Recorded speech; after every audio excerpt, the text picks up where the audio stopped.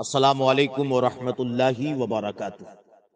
میرے پیارے مسلمان بھائیوں، آج میں آپ تمامی حضرات کو دیوبندی اکابرین کے بارے میں چند باتیں بتانے والا ہوں، اور امید کرتا ہوں کہ آپ تمامی حضرات شروع سے لے کر اخیر تک اطمینان و سکون کے ساتھ پوری گفتگو کو سماعت کریں گے۔ ساتھ ہی ساتھ میں اس بات کی وضاحت بھی کرتا چلوں کہ یہ جو بات میں آپ تمامی حضرات کے سامنے رکھنے والا ہوں،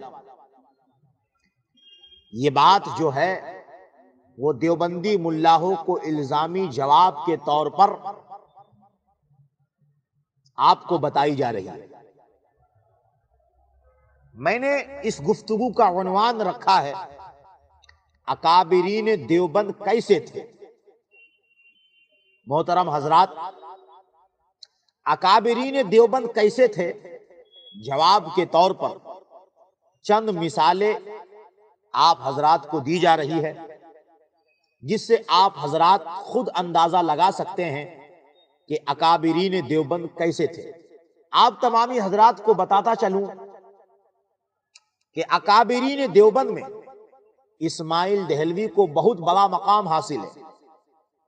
اس کا اندازہ آپ حضرات اس بات سے لگا سکتے ہیں کہ اسماعیل دہلوی کی کتاب تقویت الایمان ان دیوبندیوں کے نزدیک عین اسلام ہے، نعوذ باللہ۔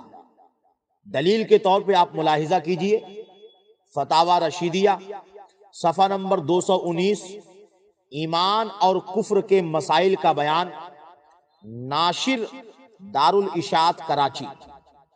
محترم حضرات، تو یہ کتاب اسماعیل دہلوی کی تقویت الایمان ان دیوبندیوں کے نزدیک کیا ہے؟ عین اسلام۔ جبکہ اس کتاب تقویت الایمان نے ہندوستان کی سرزمین سے امن و شانتی کو تار تار کر دیا، اور خاص کر مسلمانوں کے گھر گھر میں اس کتاب نے وہ فساد، افتراق، انتشار پیدا کر دیا جس کی مثال تاریخ ہند میں آج تک نہیں ملتی۔ اور اسماعیل دہلوی نے اس بات کا خود اعتراف بھی کیا تھا کہ اس کتاب یعنی تقویت الایمان کی اشاعت سے شورش ہوگی، یعنی جھگڑے پیدا ہوں گے۔ دلیل کے طور پہ آپ دیوبندیوں کی کتاب ارواح ثلاثہ یعنی حکایات اولیاء صفحہ نمبر 68، حکایت نمبر 42، کتب خانہ نعیمیہ دیوبند کو دیکھ سکتے ہیں کہ خود دیوبندی مولوی نے یہ بات لکھی ہے کہ اسماعیل دہلوی کو خود اس بات کا اعتراف تھا کہ اس کتاب کی اشاعت سے شورش ہوگی، جھگڑے ہوں گے۔ اور پھر کہتا ہے اسماعیل دہلوی کہ لڑ بھیڑ کر کے لوگ جو ہیں پھر ٹھیک ہو جائیں گے۔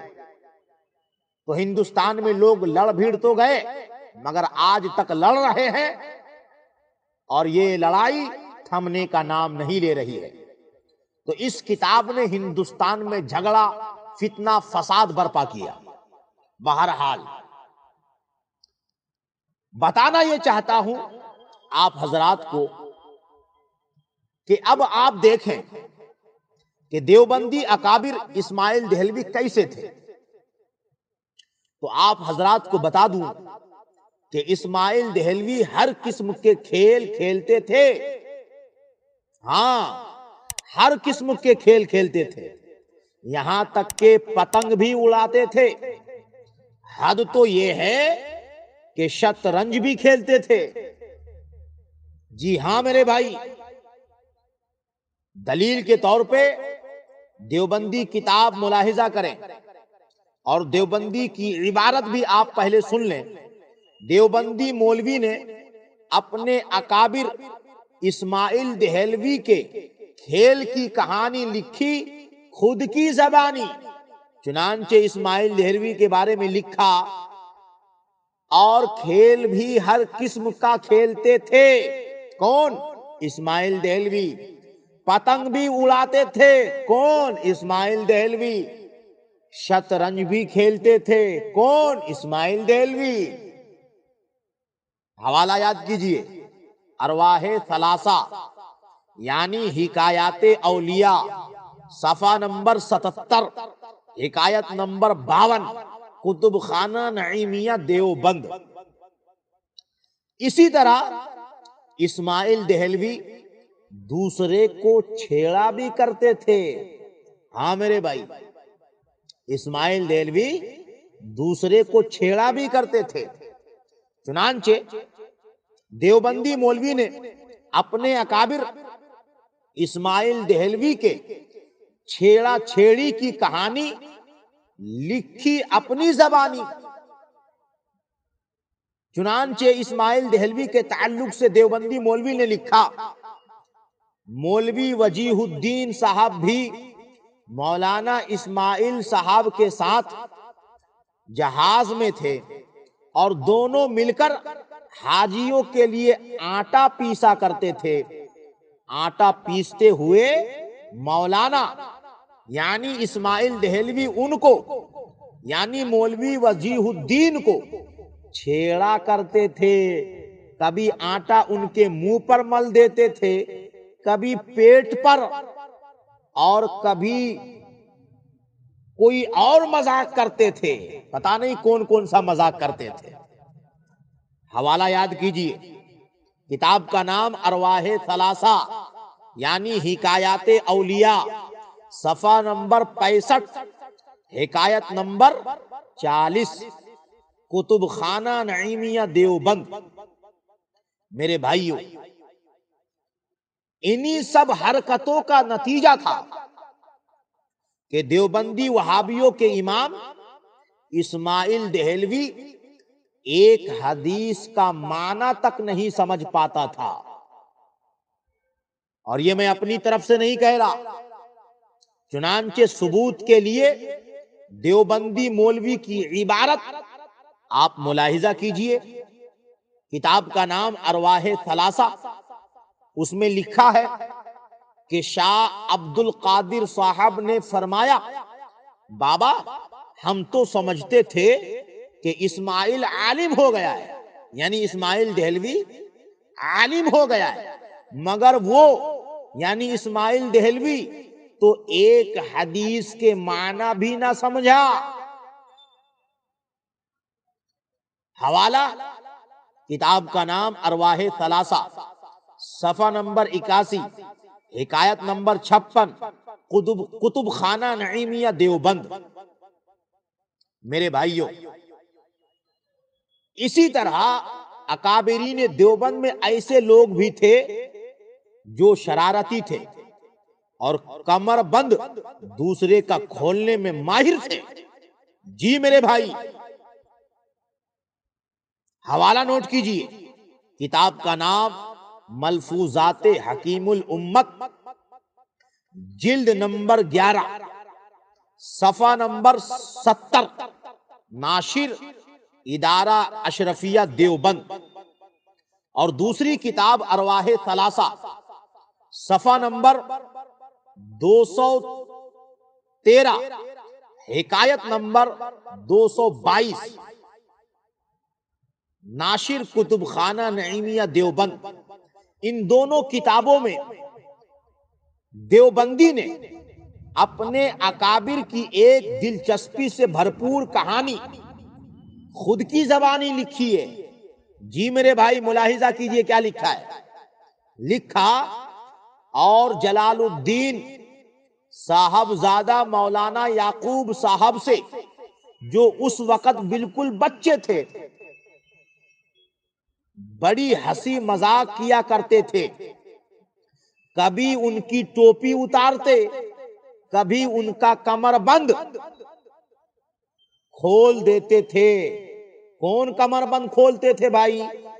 یہ دیوبندیوں کے قاسم العلوم والخیرات دیوبندی مولوی قاسم نانوتوی۔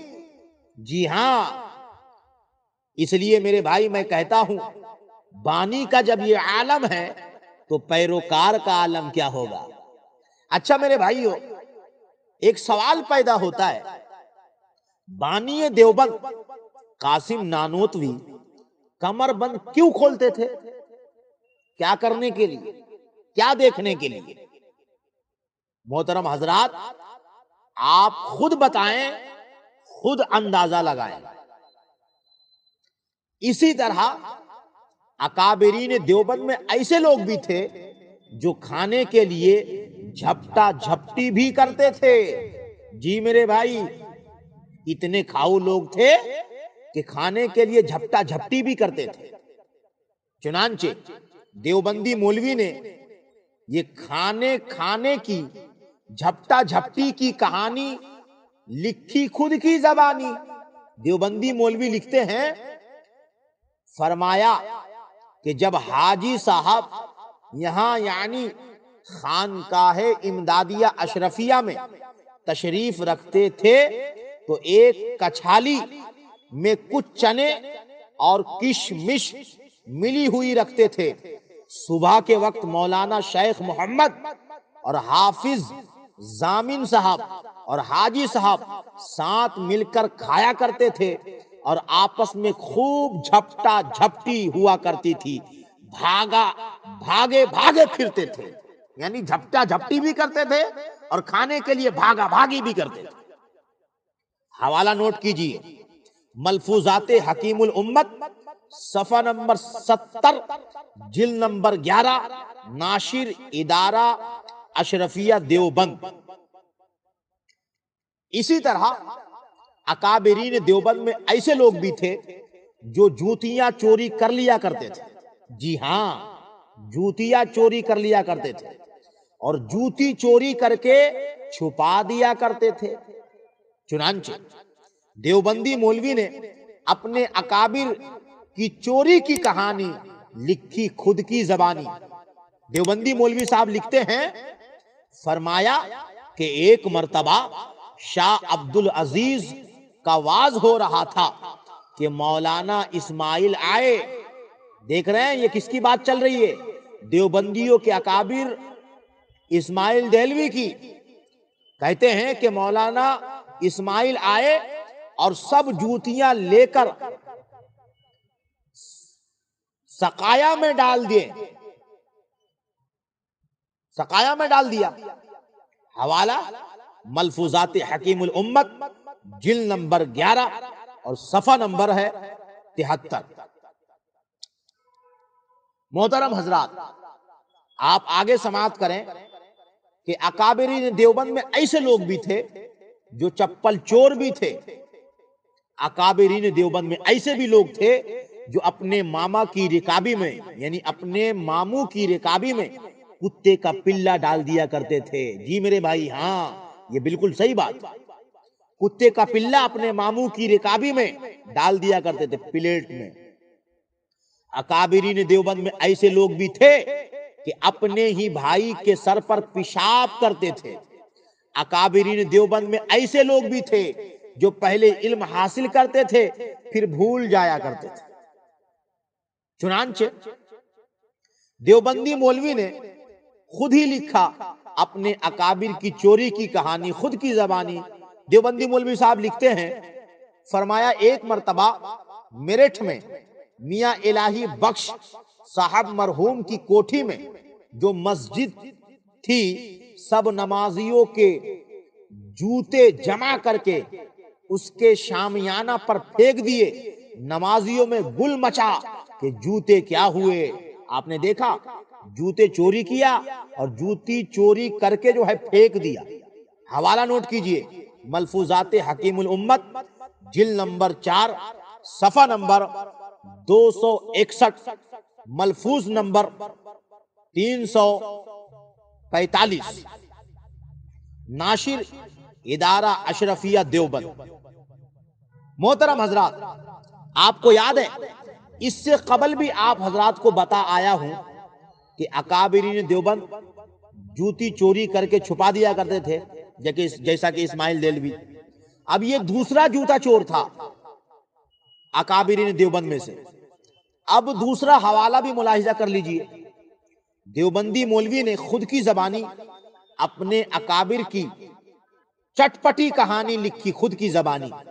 دیوبندی مولوی صاحب لکھتے ہیں، ہماری سوتیلی والدہ کے بھائی بہت ہی نیک اور سادہ آدمی تھے۔ والد صاحب نے ان کو ٹھیکہ کے کام پر رکھ چھوڑا تھا۔ ایک مرتبہ کمریٹ سے گرمی میں بھوکے پیاسے پریشان گھر آئے اور کھانا نکال کر کھانے میں مشغول ہو گئے۔ گھر کے سامنے بازار میں نے یعنی دیوبندیوں کے حکیم الامت اشرف علی تھانوی کہتے ہیں کہ میں نے سڑک پر ایک کتا کا پلہ چھوٹا سا پکڑ کر یعنی کتے کا بچہ چھوٹا سا پکڑ کر گھر آ کر ان کی دال کی رکابی میں رکھ دیا، یعنی اپنے ماموں کے دال کی رکابی میں دال والی پلیٹ میں رکھ دیا۔ بیچارے روٹی چھوڑ کر کھڑے ہو گئے۔ دیکھ رہے ہیں آپ اکابرین دیوبند کیسے تھے؟ حوالہ نوٹ کیجئے، ملفوظات حکیم الامت جلد نمبر 4 صفحہ نمبر 261، ملفوظ نمبر 345، ناشر ادارہ اشرفیہ دیوبند۔ محترم حضرات، اب کیا کہا جائے؟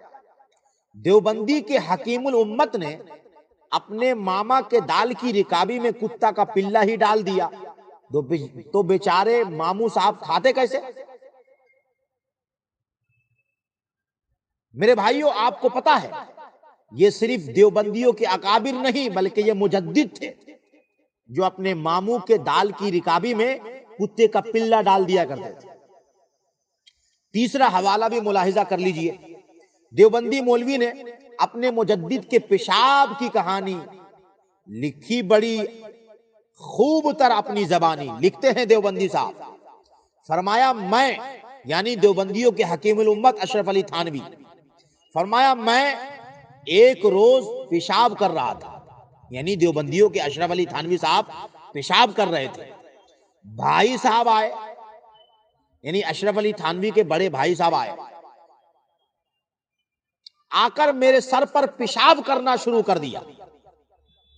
دیوبندی اشرف علی تھانوی کے بڑے بھائی صاحب دیوبندی اشرف علی تھانوی کے سر پر پیشاب کرنا شروع کر دیا، اور اشرف علی تھانوی صاحب بھی پیشاب کر رہے تھے، لیکن وہ پیچھے سے ان کے سر پہ پیشاب کرنا شروع کر دیا۔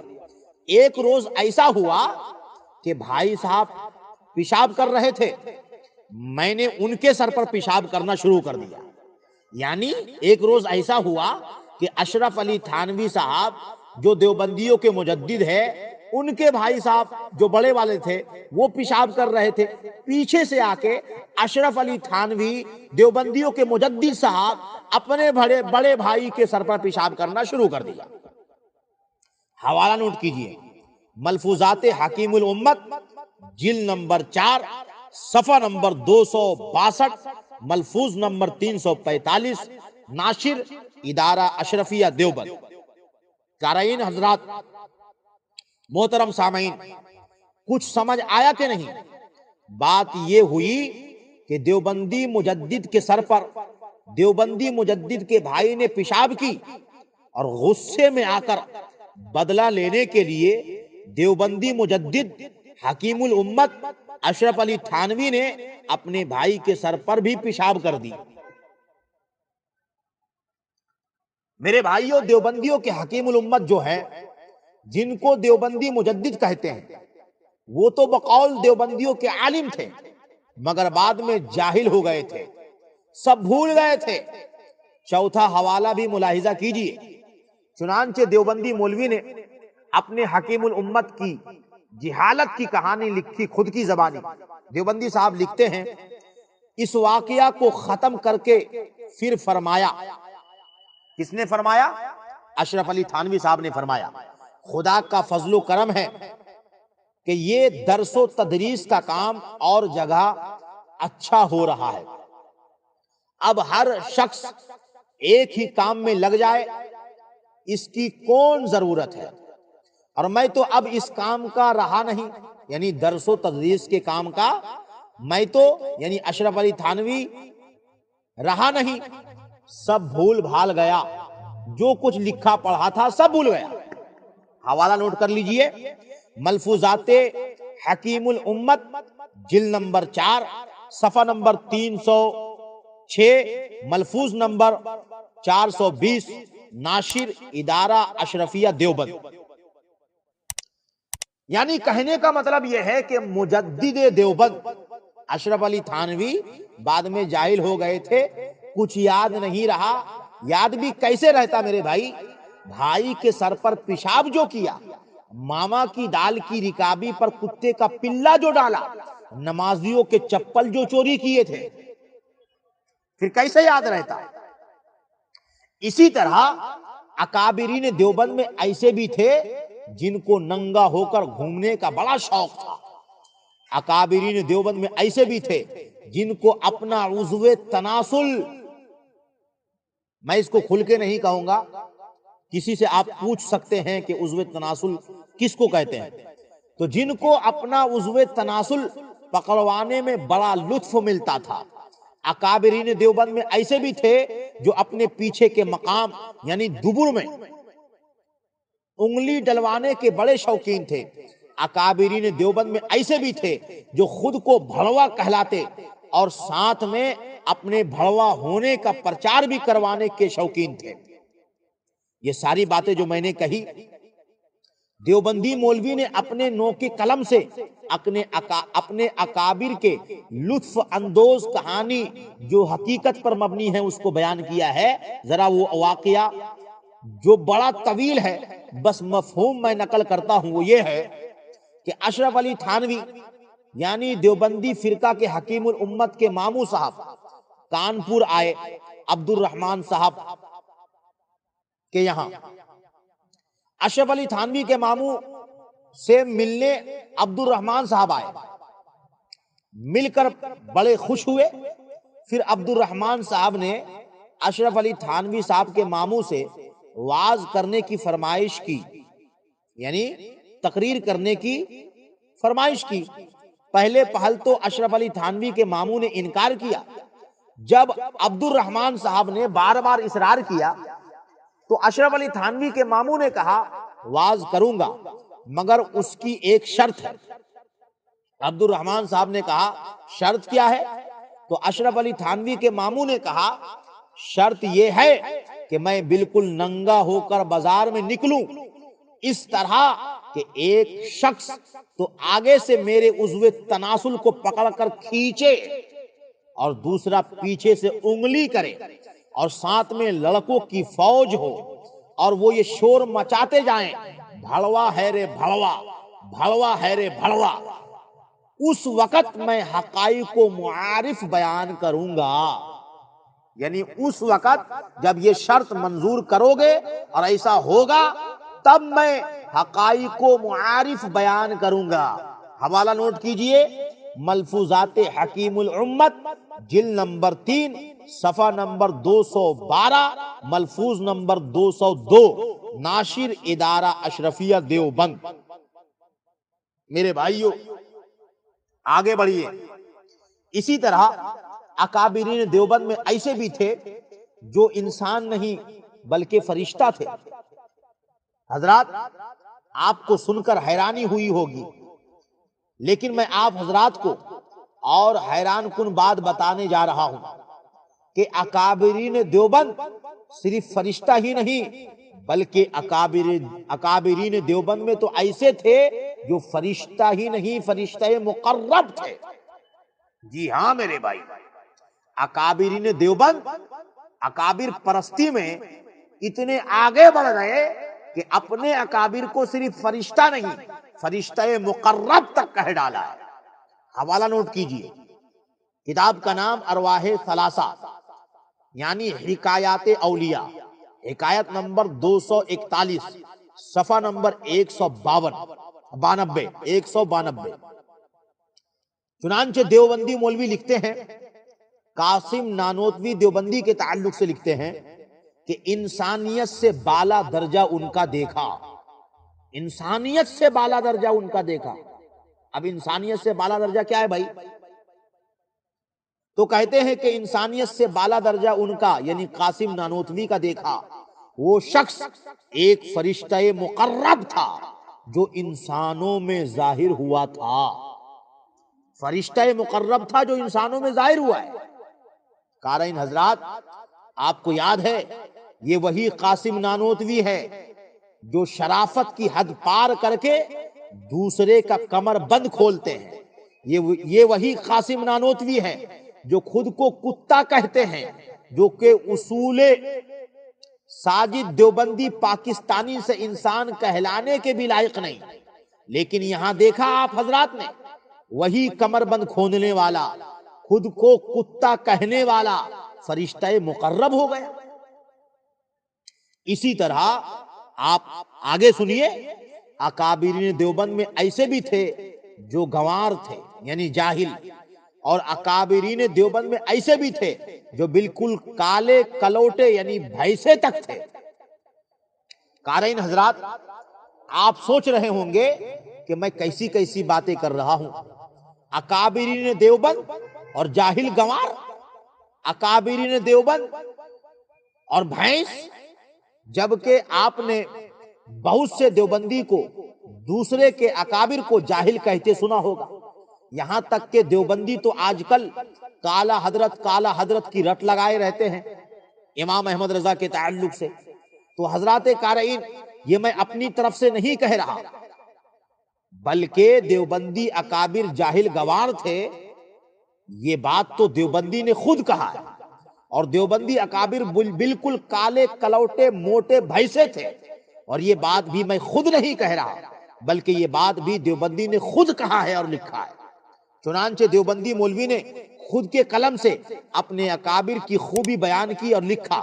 لکھتے ہیں دیوبندی مولوی صاحب، نانوتوی اور فیض الحسن یہ دونوں ہم عصر تھے اور بہت ہی بے تکلف تھے۔ ایک دفعہ انہوں نے یعنی فیض الحسن دیوبندی نے غایت بے تکلفی میں ہم عصرانہ طریق پر نانوتوی کو یعنی قاسم نانوتوی کو فرمایا، بے جا گوار کے لونڈے، کیا فرمایا؟ بے جا گوار کے لونڈے، تجھے ان چیزوں یعنی علوم سے کیا واسطہ، تو جا کر ہل جوت کھیتی کر۔ اس کے جواب میں قاسم نانوتوی یعنی قاسم نانوتوی نے ہنس کر فیض الحسن دیوبندی سے کہا، ایک بھینسا تو موجود ہے یعنی فیض الحسن بھینسا، دوسرا ہو جائے گا تو ہل جڑے گا۔ حوالہ نوٹ کیجئے، کتاب کا نام ارواح ثلاثہ یعنی حکایات اولیاء، حکایت نمبر 242، صفحہ نمبر 192، ناشر کتب خانہ نعیمیہ دیوبند۔ میرے بھائیوں، کچھ بات سمجھ میں آئی کہ نہیں؟ دیوبندی اکابر جاہل ہے، گوار ہے، اور یہ فضول میں دوسرے کو جاہل کہتے ہیں۔ دوسری بات، دیوبندی اکابر کالے کلوٹے ہیں، یہاں تک کہ بھینسے ہیں۔ اسی بنا پر دیوبندی اپنے اکابر فیض الحسن کو کالا حضرت بول کر پکارتے رہتے ہیں۔ پھر دیوبندی اپنے کالا حضرت فیض الحسن کو چھپانا چاہتے ہیں، اس لیے تو کالا حضرت دوسرے کو بولتے ہیں۔ کچھ تو ہے جس کی پردہ داری ہے، ہم نے اس پردے کو چاک کر دیا الحمدللہ۔ اسی طرح اکابرین دیوبند میں ایسے بھی اکابر تھے جو جاہل تھے، اور صرف جاہل ہی نہیں بلکہ اکابرین دیوبند تو اجہل تھے۔ جی ہاں، چنانچہ دیوبندی مولوی خود لکھتے ہیں اپنے حکیم الامت اشرف علی تھانوی کے بارے میں، اور بقول دیوبندی مولوی اشرف علی تھانوی خود اپنے بارے میں کہتے ہیں، کیا کہتے ہیں سماعت کیجئے، رہا جاہل ہونا اس کا البتہ میں اقرار کرتا ہوں، یعنی اشرف علی تھانوی کہتے ہیں رہا جاہل ہونا اس کا البتہ میں اقرار کرتا ہوں، یعنی میں جاہل ہوں اس کا اقرار کرتا ہوں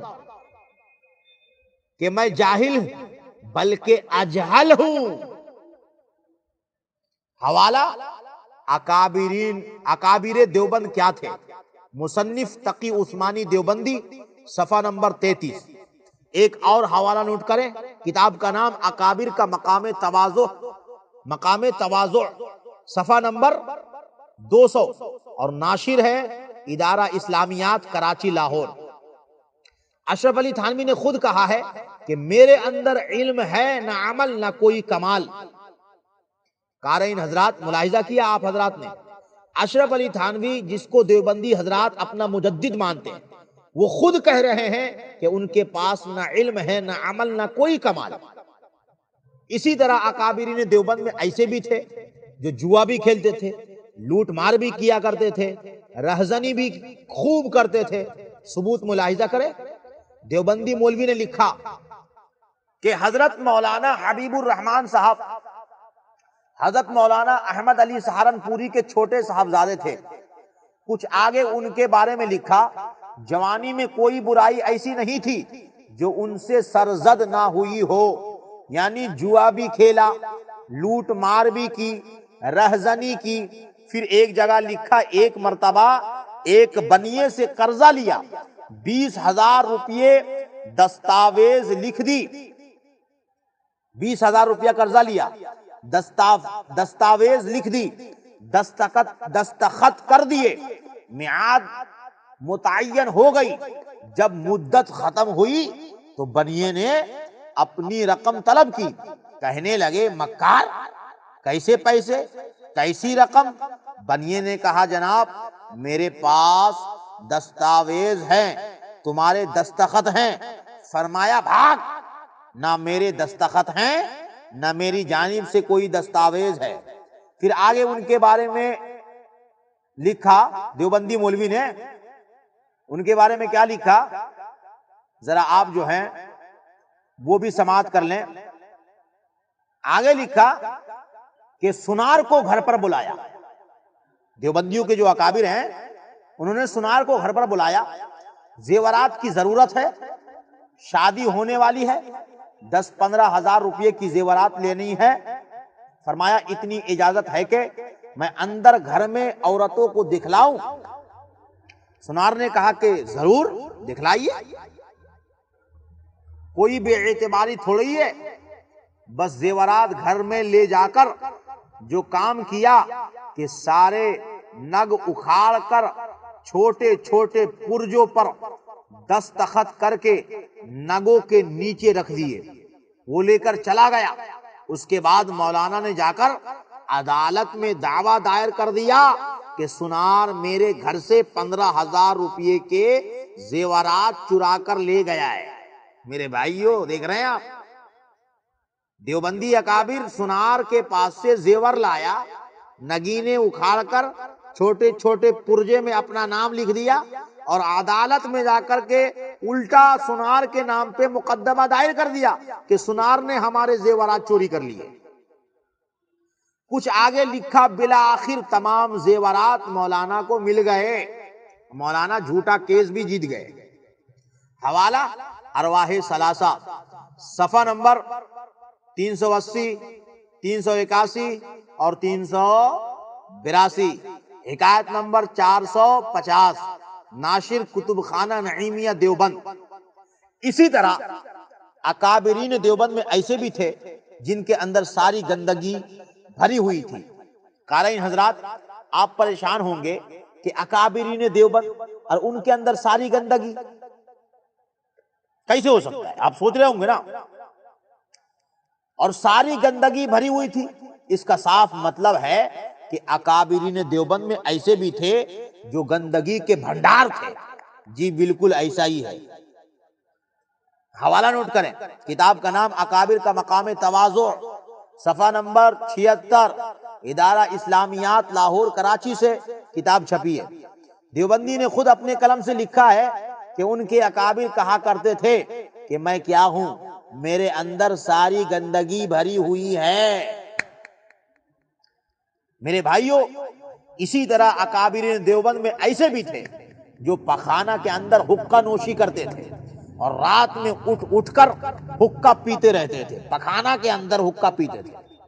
حوالہ نوٹ کریں، نقش حیات مکمل خود نوشت و سوانح حیات حسین احمد مدنی، حصہ اول، صفحہ نمبر 103۔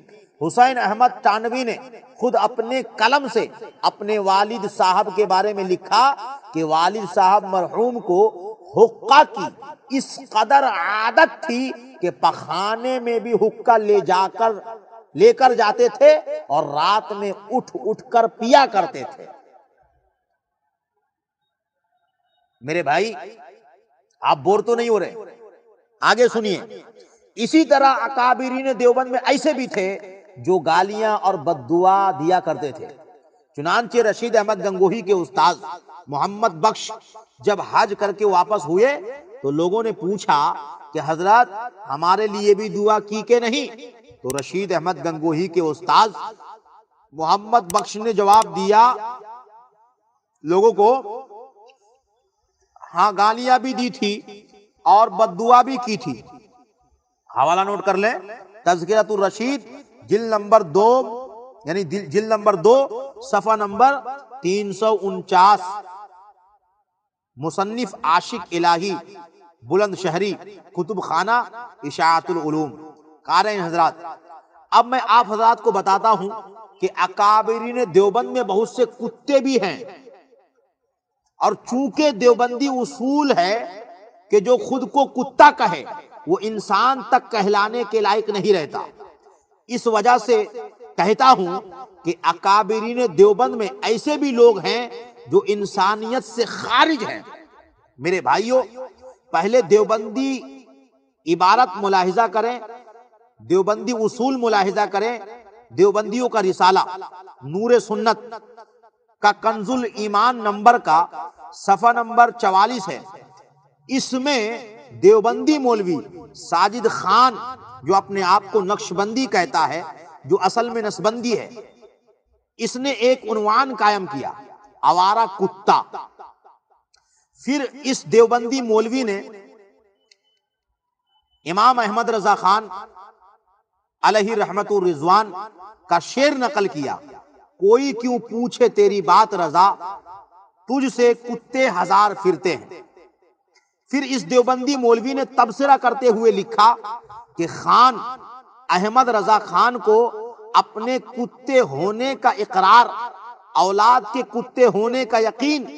پھر اس دیوبندی نے لکھا کہ جس آدمی کو انسان ثابت نہیں کیا جا سکتا، یہ رضا خانی اسے امام اہل سنت بنانے پر تلے ہوئے ہیں، الی آخرہ۔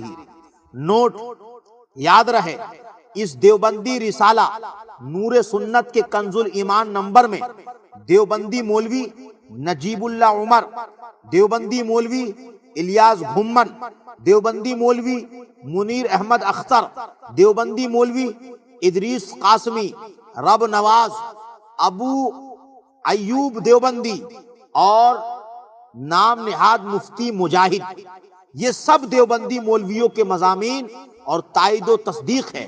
گویا کہ یہ ان سب دیوبندی مولویوں کا اصول ہے کہ جو خود کو کتا کہے اس کو انسان تک ثابت نہیں کیا جا سکتا، بلکہ وہ آوارہ کتا ہے، وہ نہ انسان کہلانے کے لائق نہ امام بننے کے لائق۔ اب قارئین حضرات، میں آپ تمامی حضرات کے سامنے دیوبندیوں کے ایک نہیں انیک کتے کو پیش کرتا ہوں، اور پھر آپ دیکھیں کہ ان کے گھر میں کتنے کتے ہیں۔ دیوبندیوں کی گھر کی جب ہم نے تلاشی لی اور ان کے بڑے بڑے کتوں کو نکال کر ہم نے دیکھا تو بہت سارے کتے ملے۔ اب آپ کو ہم دکھاتے ہیں اور ان دیوبندیوں کو بتاتے ہیں کہ اپنے کتوں کی خبر لو، بیچارے دانا پانی کو ترس رہے ہیں، اور صرف کتوں نہیں بلکہ دیوبندیوں کے اکابر کالے کتے کو بھی نکال کر آپ حضرات کو دکھاتے ہیں۔ ملاحظہ کیجیے، دیوبندیوں کے اکابر میں سے ایک ہے جن کو یہ دیوبندی حضرت قریشی صدیقی کہتے ہیں، اور ان دیوبندیوں کے حضرت قریشی دیوبندی کہتے ہیں کہ میں کالا کتا اس پاک دیش کو کیسے ناپاک کروں۔ حوالہ نوٹ کر لیں، کتاب کا نام اکابر کا مقام تواضع، صفحہ نمبر 192، ناشر ادارہ اسلامیات کراچی۔ اب ہم دیوبندی رسالہ نور سنت کے تمام دیوبندی مولوی سے کہتے ہیں، دیکھ دیوبندی مولویوں تمہارے کالا کتا کو، صرف کتا نہیں بلکہ کالا کتا۔ اب بتاؤ دیوبندیوں کیا تمہارا یہ کالا کتا امام بننے کے لائق ہے؟ بتاؤ کیا تمہارے یہ کالے کتے نے خود کے کالے کتے ہونے کا اقرار کیا کہ نہیں؟ پھر یہ بھی بتاؤ تمہارے اس کالے کتے اکابر کو انسان ثابت کیا جا سکتا ہے تمہارے اصول سے؟ دوسری بات، دیوبندیوں کے اکابرین میں کتوں کی تعداد بہت زیادہ ہے۔ اگر آپ کو ان دیوبندیوں کے کتوں اکابرین کی تعداد دیکھنی ہو تو کتاب اکابر کا مقام تواضع کا ایک بار ضرور مطالعہ کریں۔ خیر، چلتے چلتے کچھ حوالے ملاحظہ کر لیں۔ دیوبندی اکابر خلیل احمد سہارنپوری نے رشید احمد گنگوہی سے کہا کہ میں اپنے آپ کو آپ کی روٹیوں پر پلنے والے کتوں سے بھی بدتر سمجھتا ہوں۔ اکابر کا مقام تواضع صفحہ نمبر 168، ناشر ادارہ اسلامیات کراچی لاہور۔ اسی طرح دیوبندی اکابر قاسم نانوتوی نے خود کو کتا کہا۔ کہتے ہیں قاسم نانوتوی جی ان کے کہ لگے ہیں تیرے سگ کو میرے نام سے عیب، لگے ہیں تیرے سگ کو یعنی تیرے کتے کو میرے نام سے عیب، یہ تیرے نام کا لگنا مجھے ہے عز و وقار۔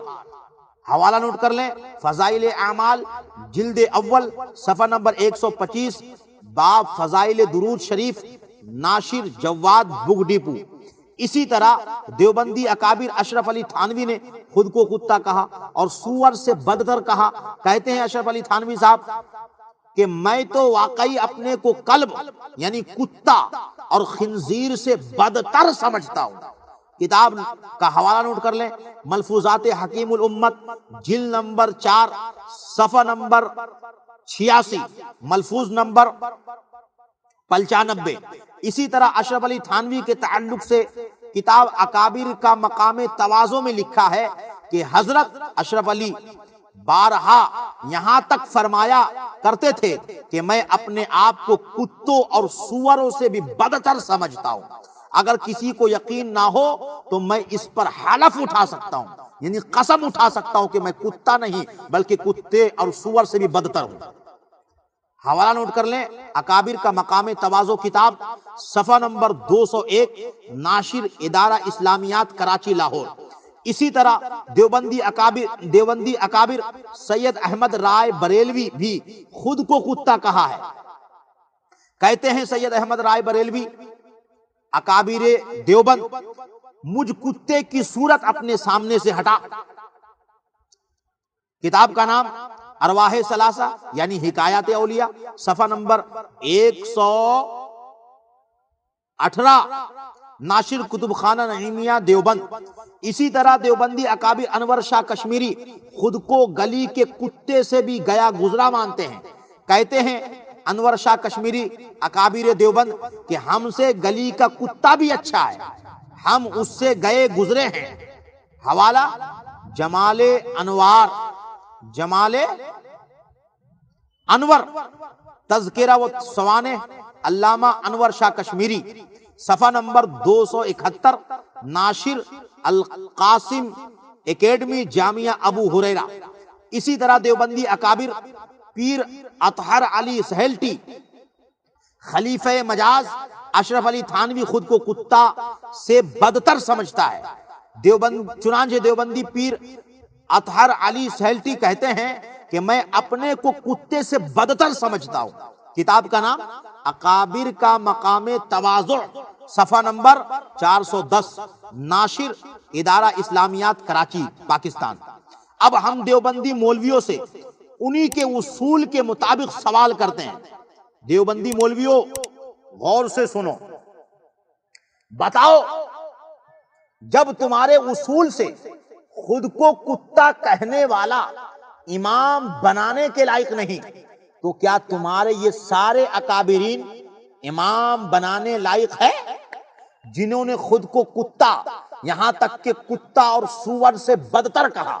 بتاؤ دیوبندیوں، جب خود کو کتا کہنے سے تمہارے نزدیک اس کا انسان ثابت کرنا مشکل ہے تو تم دیوبندیوں کے بڑے بڑے اکابرین نے جو صرف کتا نہیں کتوں سے بھی بدتر خود کو کہا ہے اور کہہ رہے ہیں، کیا ان کو انسان ثابت کیا جا سکتا ہے؟ دیوبندیوں بتاؤ، جن کو تمہارے اصول سے انسان ثابت نہیں کیا جا سکتا، جو تمہارے اصول سے امام بنانے کے لائق نہیں ہے، لیکن پھر بھی تم دیوبندیوں نے ایسے ایسے کتوں کو اور کتوں سے بدتروں کو، یہاں تک کہ سوروں سے بدتروں کو امام اور مجدد اور پتہ نہیں کیا کیا بنا لیا۔ دیوبندیوں ایک اور حوالہ نوٹ کرتے چلو، اور قارئین بھی نوٹ کر لیں، جس میں تم دیوبندیوں کے اکابر و پیر خود کو آدمی ہی نہیں سمجھتا۔ لو دیکھو، تم دیوبندیوں کا پیر اور اکابر اطہر علی سیلٹی، خلیفہ اشرف علی تھانوی کیا کہتا ہے؟ کہتا ہے سوانح تو آدمی کی مرتب کی جاتی ہے، میں تو آدمی ہی نہیں، میں تو آدمی نہیں۔ کتاب کا نام اکابر کا مقام تواضع، صفحہ نمبر 410، ناشر ادارہ اسلامیات کراچی پاکستان۔ بتاؤ دیوبندیوں، جب تمہارا اکابر خود کو آدمی ہی نہیں سمجھتا تو تم دیوبندی اس کو انسان کیسے ثابت کرو گے؟ تمہارا اکابر آدمی ہی نہیں اور تم دیوبندیوں نے اس کو اکابر اور پیر اور پتہ نہیں کیا کیا بنا لیا ہے۔ دیوبندیوں بتاؤ، جب تمہارا اکابر آدمی ہی نہیں ہے تو کیا وہ پیر اکابر امام بننے کے لائق ہے؟ شرم تم دیوبندیوں کو مگر نہیں آتی۔ قارئین حضرات، دیکھ لیا آپ حضرات، بڑے غور سے آپ نے سنا اور آپ نے ملاحظہ کر لیا کہ اکابرین دیوبند کیسے تھے۔ تو حضرات اب نتیجہ آپ حضرات خود نکالیں کہ دیوبندی کے اکابرین کی حالت یہ ہے تو اصاغرین کی حالت کیا ہوگی۔ جب دیوبندی کے اکابرین اپنے لوگوں کو گالیاں اور بددعا دیا کرتے ہیں تو غیروں پر کیا ستم ڈھاتے ہوں گے۔ نوٹ یاد رہے، ہم نے یہ کچھ نمونے بطور الزام پیش کر دیے، ورنہ ہمیں ضرورت نہیں تھی، کیونکہ آج کل دیوبندی بولتا نظر آتا ہے، دیوبندی کے ملا ترم خواہ بولتے نظر آتے ہیں کہ تمہارے اکابر ایسے تھے۔ یعنی ہم اہل سنت و جماعت سنی حنفی بریلویوں کے اکابرین پہ طعن و تشنیع کرتے ہیں اور کہتے تمہارے اکابرین ایسے تھے، ایسے تھے، ایسے تھے۔ دیوبندی ملا مثلا ابو ایوب پادری، یعنی جو اپنے آپ کو ابو ایوب قادری کہتا ہے، ہم اہل سنت و جماعت سنی حنفی بریلوی کے اکابرین پر جملے کستا نظر آتا ہے کہ وہ ایسے تھے، ویسے تھے، ویسے تھے۔ تو ہم نے بس آئینہ دکھایا ہے، ورنہ مکمل کتاب لکھی جا سکتی ہے۔ دیوبندیوں ہوش کے ناخون لو، ورنہ اسی طرح تمہارے حقیقت اور تمہارے اکابرین کی حقیقت سب کے سامنے آتی رہیں گی، اور تم سب دیوبندی وہابی کہیں منہ دکھانے کے لائق نہیں۔